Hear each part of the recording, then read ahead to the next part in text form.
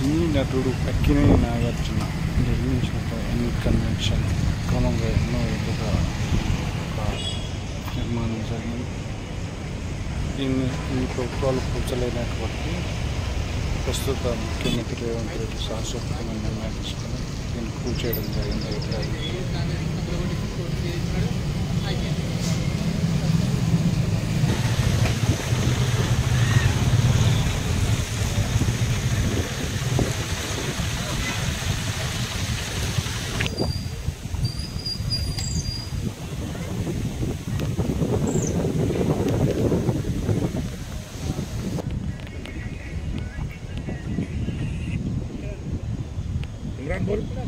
చెప్పండి.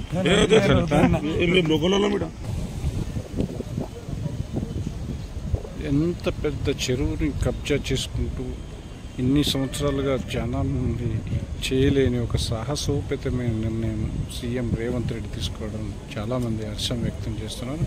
బయటకు మాత్రం ఇక్కడ లోకల్ వాళ్ళం కాబట్టి ఏం చెప్పలేము అంటున్నారు.